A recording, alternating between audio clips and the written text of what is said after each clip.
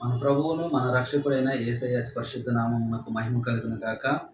మరి కూడి వచ్చిన మీ అందరికీ క్రిస్మస్ శుభాకాంక్షలు తెలియజేస్తున్నాను. మరి 2023 సంవత్సరాల క్రితం యేసు ప్రభువారు మరి భూలోకానికి వచ్చి చీకటి బ్రతుకుల్లో, పాపపు బ్రతుకుల్లో, శాపపు బ్రతుకుల్లో వెలుగు నింపాడు. పాపాల నుంచి విడిపించి, శాపము నుంచి విడిపించి, మరి ఈ లోకములో ఒక మానవుని మరి విమోచించడానికి, పరిశుద్ధమైన మార్గం వైపు నడిపించడానికి, నీతి మార్గంలో నడిపించడానికి యేసు ప్రభువారు మరి వేవేల దూతల చేత ప్రతిగానములు చేయబడే దేవుడు, పరిశుద్ధుడు పరిశుద్ధుడని వేవేల దూతల చేత ప్రతిగానములు చేయబడే దేవుడు నీ కొరకు, మన కొరకు, నా కొరకు ఈ లోకానికి మానవుడిగా ఈ లోకానికి వచ్చాడు. మానవునిపై ఉన్న ప్రేమ ఎంత గొప్పదంటే దేవునికి మన మీద ఆయన ఎంతో ప్రేమ కలిగి ఉన్నాడు. మానవులపై ఆయన ప్రేమ ఎంతో, అది అమూల్యమైన అగాపే ప్రేమ.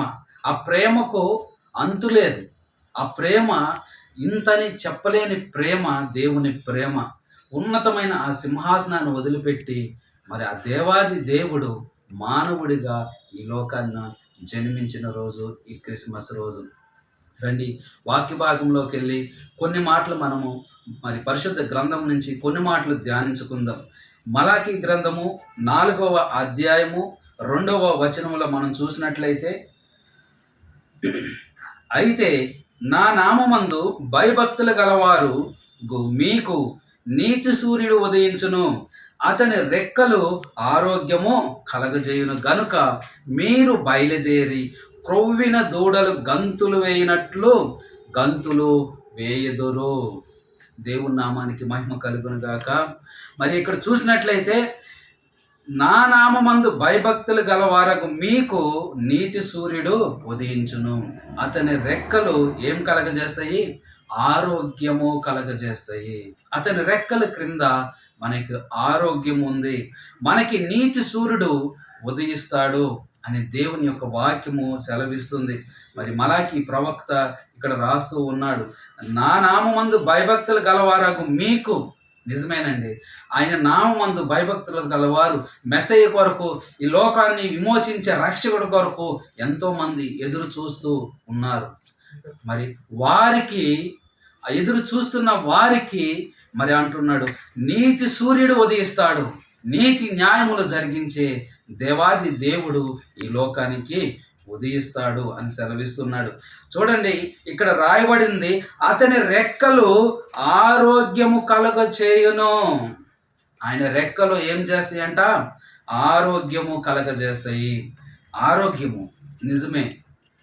భయంకరమైన రోగము ఏంటిదంటే పాపము. ఈ లోకంలో రకరకాల రోగాలు మనిషిని పట్టి పీడిస్తున్నాయి. అనేకమైన రకాల రోగములు మనిషిపై మరి దాడి చేస్తున్నాయి. అన్నిట్లకన్నా భయంకరమైన రోగము చూడండి, ఈ మధ్యకాలంలో కరోనా ఎంతోమందిని భయంతో నింపేసింది. కరోనా వస్తే ఎక్కడ చనిపోతారని, కరోనా వచ్చిన వాళ్ళు భయంతో కూడా చనిపోయిన వారు చాలామంది ఉన్నారు. మరలా కరోనా రిపీట్ అవుతుంది అన్నప్పుడు చాలామంది భయపడుతూ ఉన్నారు. మీకు తెలుసా, పాపం అనేది కరోనా కన్నా భయంకరమైన రోగము.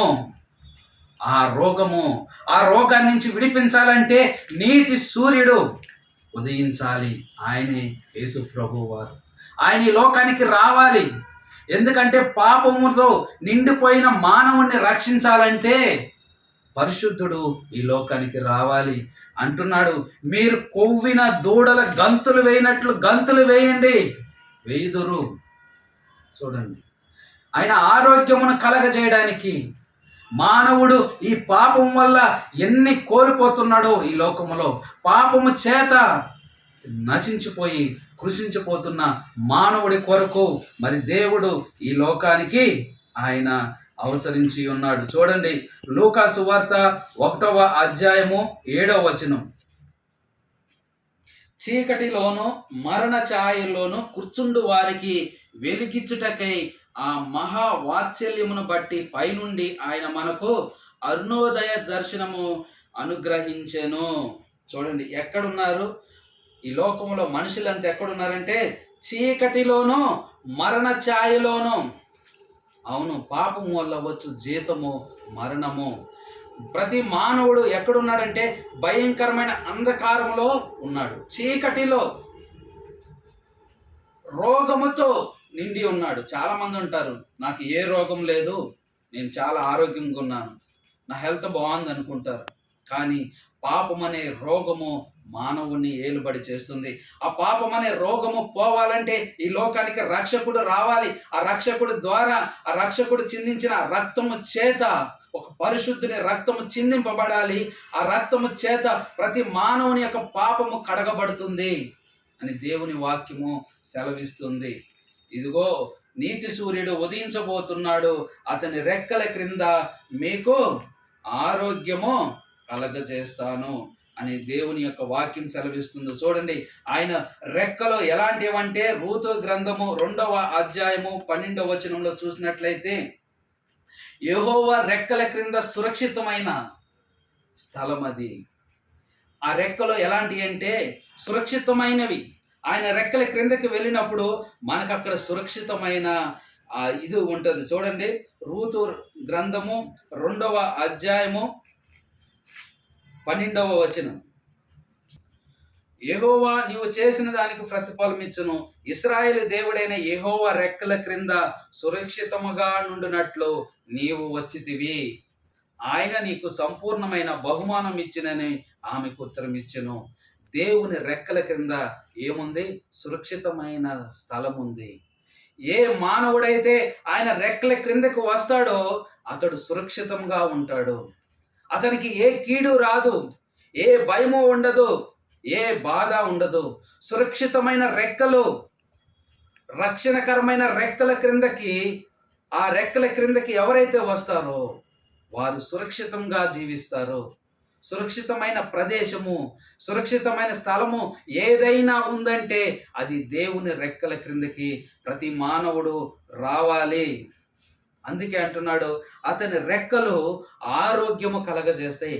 ఎటువంటి ఆరోగ్యం అంటే పాపము నుంచి విడుదల, శాపము నుంచి విడుదల మనకు కలగజేస్తాయి. పాపం వల్ల వచ్చే మరణాన్ని కొట్టివేస్తుంది.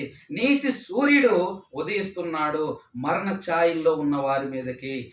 అంధకారములో చీకటిలో సంచరించుచున్న ప్రతి మానవునిపై దేవుని యొక్క ఆత్మ, ఆ వెలుగు ప్రకాశిస్తుంది. ఎవరైతే ఆయన రెక్కల క్రిందకు వస్తారో వారు సురక్షితంగా ఉంటారని దేవుని వాక్యం సెలవిస్తుంది. అలాగే మనం చూసినట్లయితే కీర్తన గ్రంథము 85వ కీర్తన 9వ వచనంలో చూస్తే ఆయన రెక్కల క్రింద ఏముందంటే రక్షణ ఉంది. ఆయన రెక్కల క్రింద మనకు రక్షణ కలుగుతుంది. చూడండి, కీర్తన గ్రంథము 85వ కీర్తన 9వ వచనం,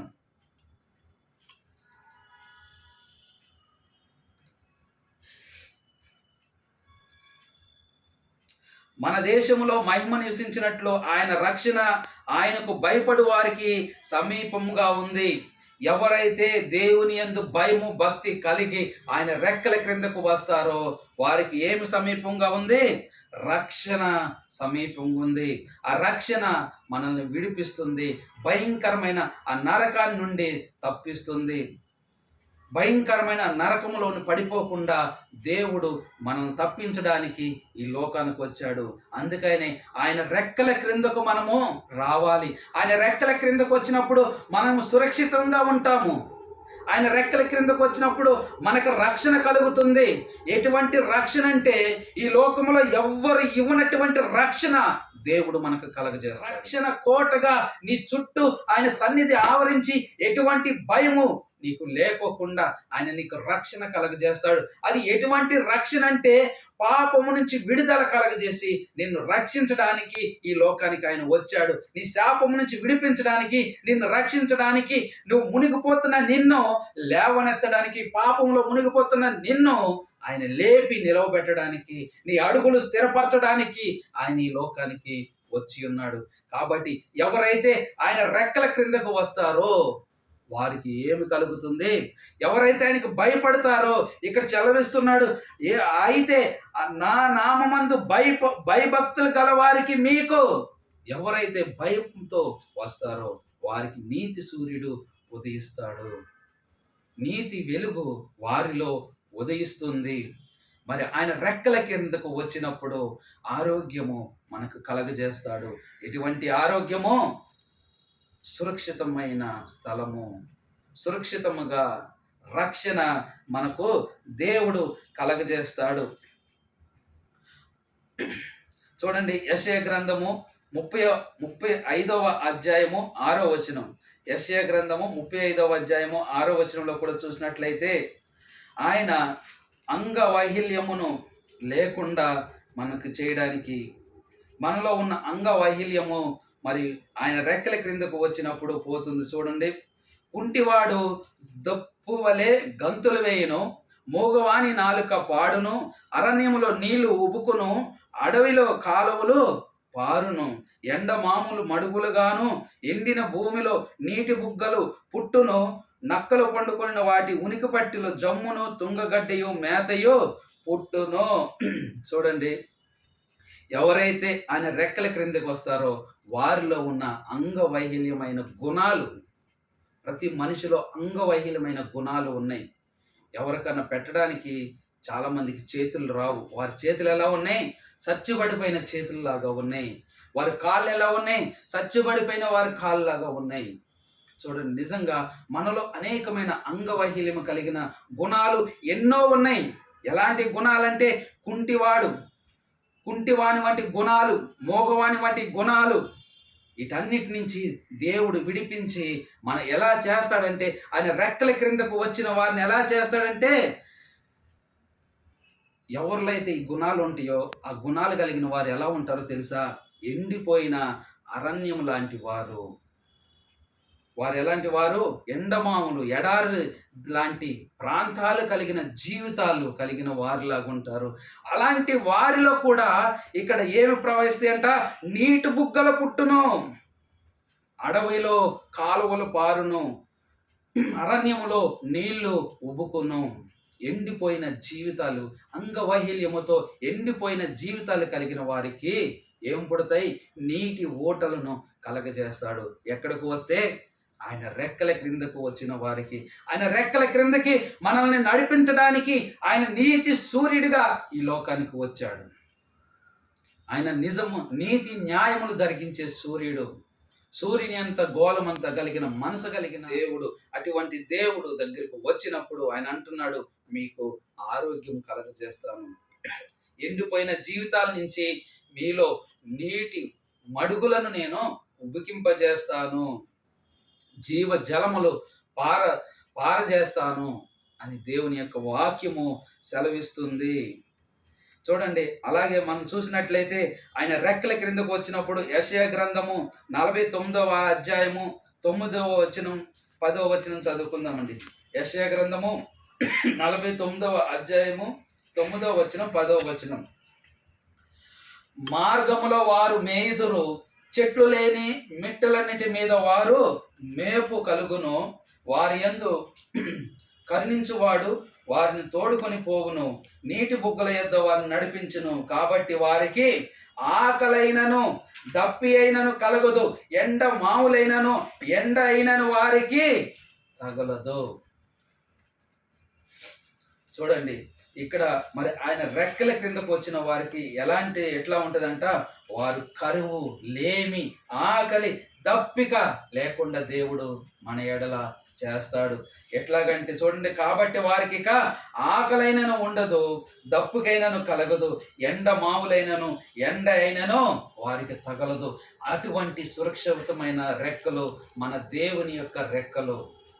ఆయన రెక్కల క్రిందకు వచ్చిన వారికి ఎండ కూడా తగలకుండా ఆయన సురక్షితముగా కాపాడుతాడు. ఎండ తగిలి సొమ్మసిల్లిపోకుండా ఆయన మనల్ని కాపాడుతాడు.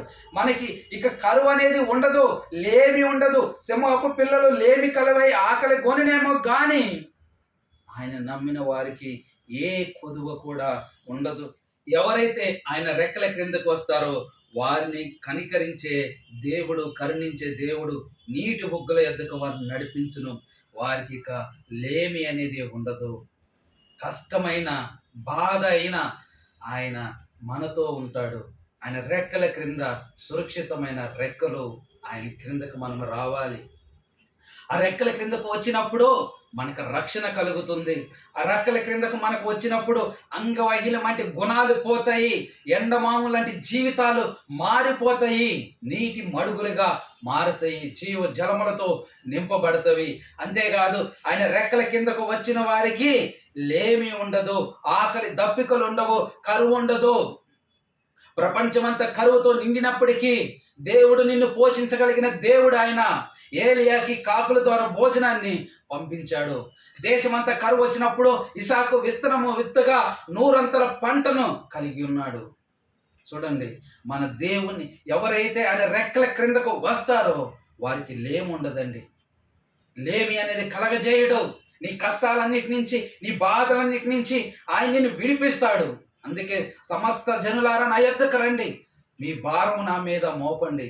ప్రయాసపడి భారం మోస్తున్న సమస్త జనులారా నా నా యొద్దకు రండి, నేను మీకు విశ్రాంతి కలగజేస్తాను.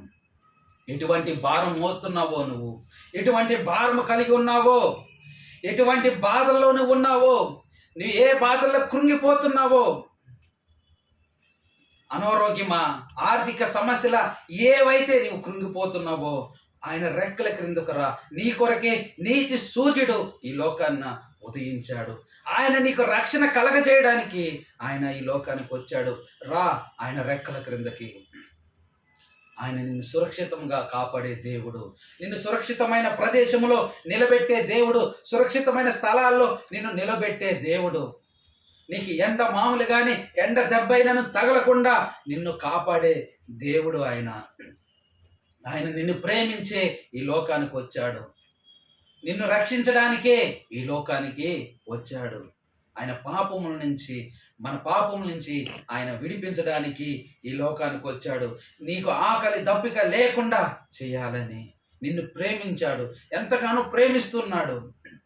అందుకే ఆ ఉన్నతమైన సింహాసనాన్ని వదిలిపెట్టి ఈ లోకానికి వచ్చాడు. చూడండి, అంతేకాదు ఇంకా మనం చూసినట్లయితే యెషయా గ్రంథము 55వ అధ్యాయము, యెషయా గ్రంథము 55వ అధ్యాయము 12వ వచనం 13వ వచనం చదువుకుందామండి.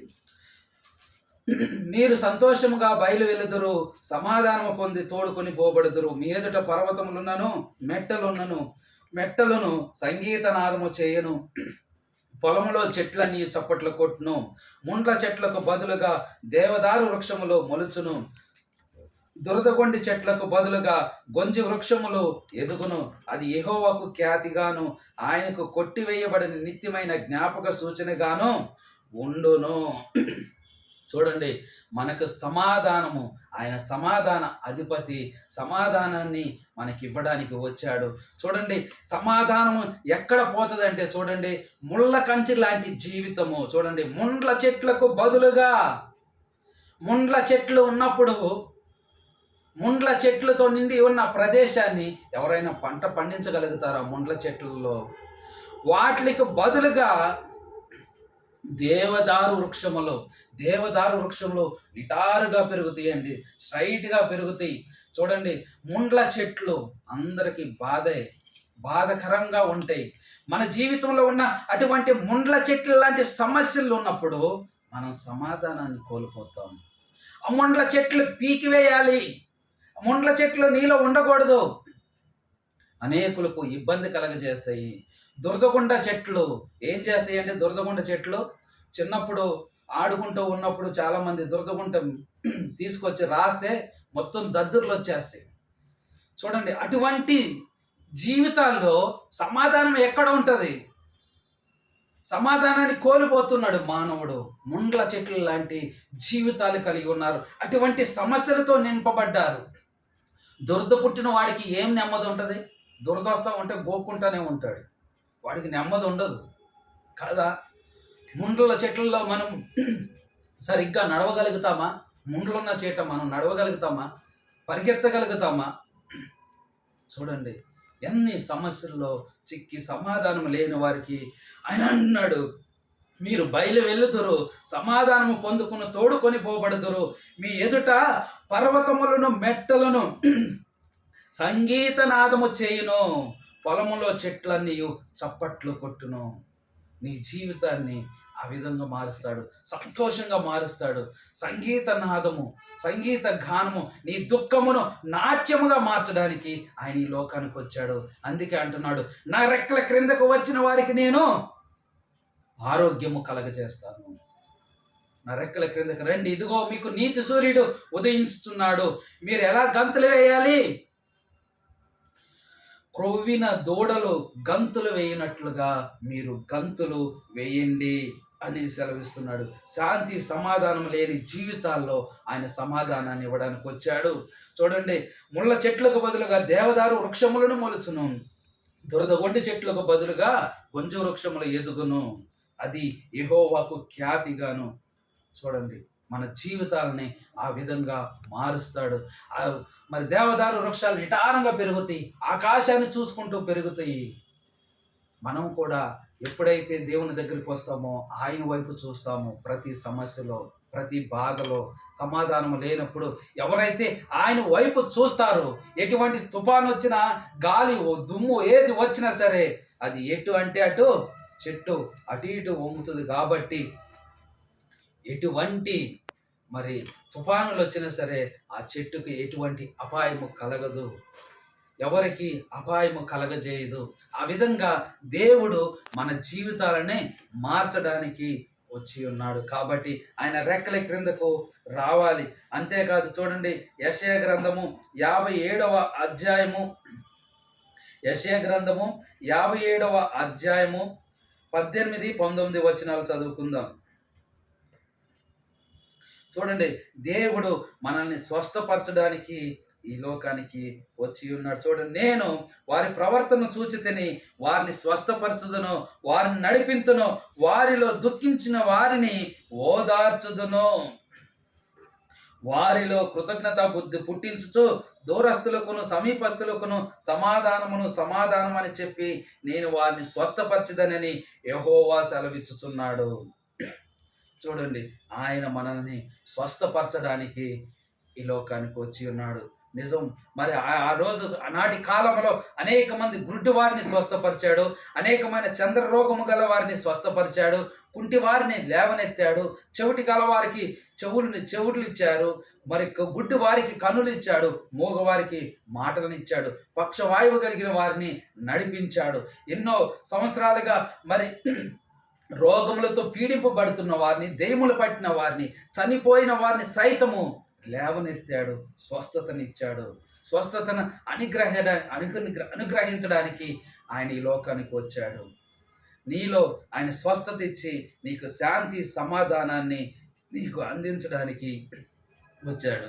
ఎవరైతే ఆయన రెక్కల క్రిందకు వస్తారో వారికి స్వస్థత కలుగుతుంది, శాంతి సమాధానం కలుగుతుంది. వారి యొక్క బుద్ధిని వారి యొక్క ప్రవర్తన చూచితేనే వారిని స్వస్థపరచుదును, వారిని నడిపించును, వారిలో దుఃఖించు వారిని ఓదార్చుదును. వారిలో ఉన్న దుఃఖమును ఆయన తీసివేయడానికి ఈ లోకానికి వచ్చి ఉన్నాడు. చూడండి, మరి అలాగే యెషయా గ్రంథము 60వ అధ్యాయము 1వ వచనం 3వ వచనం చదువుదాం. యెషయా గ్రంథము 60వ అధ్యాయము 1వ వచనం 3వ వచనం. నీకు వెలిగి వచ్చి ఉన్నది, లెమ్ము తేజరిల్లము, యెహోవా మహిమ నీ మీద ఉదయించును. చూడుము, భూమిని చీకటి కమ్ముచున్నది, కటిక చీకటి జనములను కమ్ముచున్నది. యెహోవా నీ మీద ఉదయించుచున్నాడు, ఆయన మహిమ నీ మీద కనబడుచున్నది. జనములు నీ వెలుగును వచ్చెదరు, రాజులు నీ ఉదయకాంతికి వచ్చెదరు. లెమ్ము తేజరిల్లము. ఇక్కడ రాయబడి ఉంది కదా, నీతి సూర్యుడు ఉదయించును. ఆయన వెలుగు ఎప్పుడైతే మనలో ఉదయిస్తుందో మన చీకటి కోణాలన్నీ తొలగిపోతాయి, మరణపు కోణాలన్నీ తొలగిపోతాయి, మరణ భయములన్నీ తొలగిపోతాయి, ప్రతి భయము తొలగిపోతుంది. చీకటి బ్రతుకులు వెలుగు మయముగా మారుతాయి. ఆనాడు మరి ఆకాశంలో వెలిగిన ఆ తారను చూసి జ్ఞానులు గొల్లలు మరి యేసయ్యను చూడడానికి వెళ్ళారు. మన జీవితాలు వెలిగింపబడతాయి.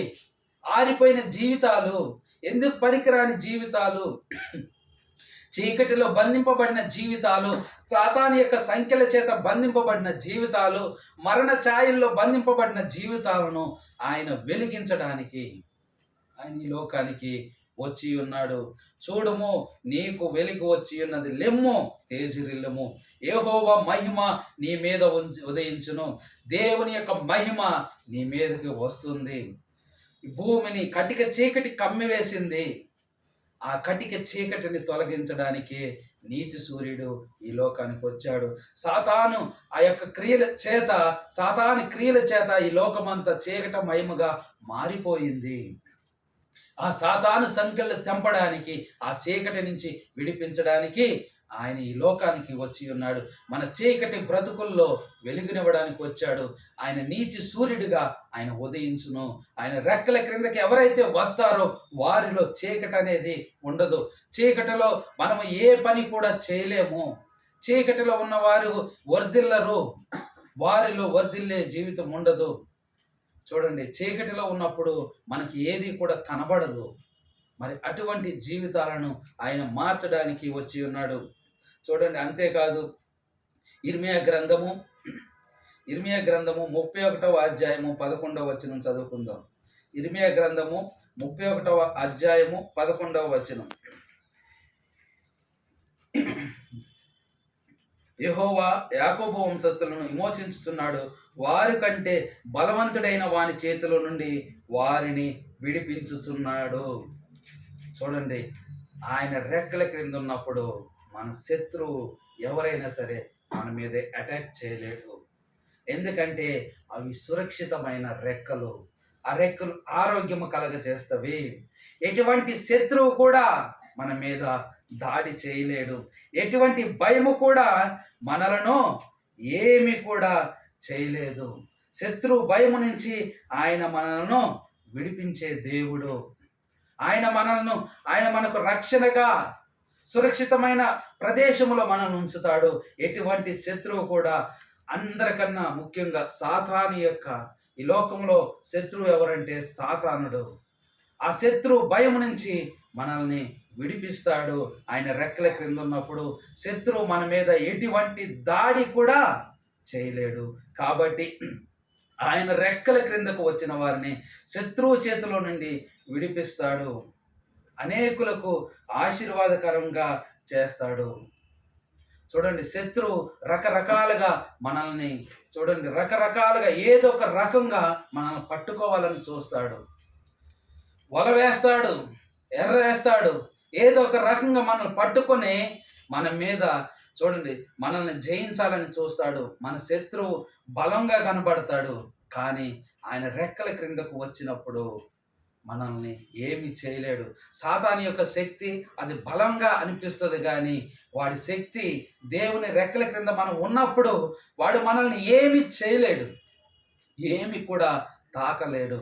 కాబట్టి మన భయములన్నిటి నుంచి విడిపిస్తాడు, మన శత్రువు చేతిలో నుంచి విడిపిస్తాడు. అంతేకాదు మనలను అనేకులకు ఆశీర్వాదకరంగా చేస్తాడు. చూడండి, యెహెజ్కేలు గ్రంథము 47వ అధ్యాయము 47వ అధ్యాయము 12వ వచనం. నది తీరమున ఇరు ప్రక్కల ఆహారం ఇచ్చు సకల జాతి వృక్షములు పెరుగును, వాటి ఆకులు వాడిపోవు, వాటి కాయలు ఎప్పటికొని రాలవు. ఈ నది నీరు పరిశుద్ధ స్థలములో నుండి పారుచున్నది గనుక ఆ చెట్లు నెలకు కాయలు కాయను, వాటి పండ్లు ఆహారమునకును, వాటి ఆకులు ఔషధమునకు ఉపయోగించుదురు.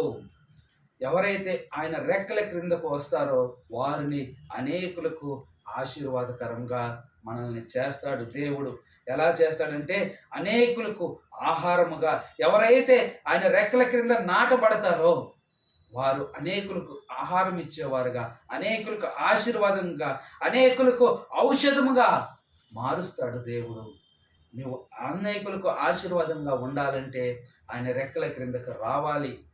నీకు అనేక భయముల చేత, నీ శత్రు భయము చేత నువ్వు విడిపింపబడాలి అంటే, శత్రు సైన్యములన్నీ మన చుట్టూ ఆవరించినా సరే ఆయన రెక్కల క్రింద ఉన్నప్పుడు మనకు సురక్షితముగా ఉంటాము. చూడండి, కోడి తన పిల్లల్ని ఎలా కాస్తుందో రెక్కల క్రింద. తన శత్రువు వచ్చినప్పుడు ఆ పిల్లల్ని ఎత్తుకుపోవాలని చూసినప్పుడు తన రెక్కల కింద భద్రంగా కాపాడుతుంది. ఒక్క పిల్లను కూడా బయటికి రాకోకుండా కాస్తుంది. ఆ విధంగా దేవుడు ఆయన రెక్కల క్రిందకు వచ్చిన వారిని ఆ విధంగా కాస్తాడు. ఎటువంటి శత్రు భయం లేకుండా కాస్తాడు. చూడండి, మరి ఆయన రెక్కల క్రిందకు వచ్చిన వారికి రక్షణ కలుగుతుంది. ఆయన రెక్కల క్రిందకు వచ్చిన వారికి, ఆయన రెక్కల క్రింద మనం ఉన్నప్పుడు సురక్షితమైన ప్రదేశంలో మనం ఉంటాము. ఆయన రెక్కల క్రింద రక్షణ ఉంది. ఆయన రెక్కల క్రింద మరి కరువు, లేమి, ఆకలి, దప్పుకలు ఉండవు. ఆయన రెక్కల క్రింద శాంతి, సమాధానం ఉంది. ఆయన రెక్కల క్రింద స్వస్థత ఉంది. ఆయన రెక్కల క్రింద ఆయన సన్నిధిలో ఆయన రెక్కల క్రింద మనకు వెలుగు ఉంది. చీకటి ఏమాత్రం మనల్ని ఏమి చేయలేదు. ఆయన రెక్కల క్రింద మనకు శత్రు చేతిలో నుంచి జయము తప్పించుకోవడానికి ఆయన రెక్కలు మనల్ని కాపాడుతావి. అంతేకాదు, ఆయన రెక్కల క్రిందకు వచ్చిన వారికి దేవుడు అనేకులకు ఆశీర్వాదకరంగా చేస్తాడు. అంతేకాకుండా చూడండి, కీర్తనల గ్రంథము చివరగా కీర్తనల గ్రంథము 103వ కీర్తన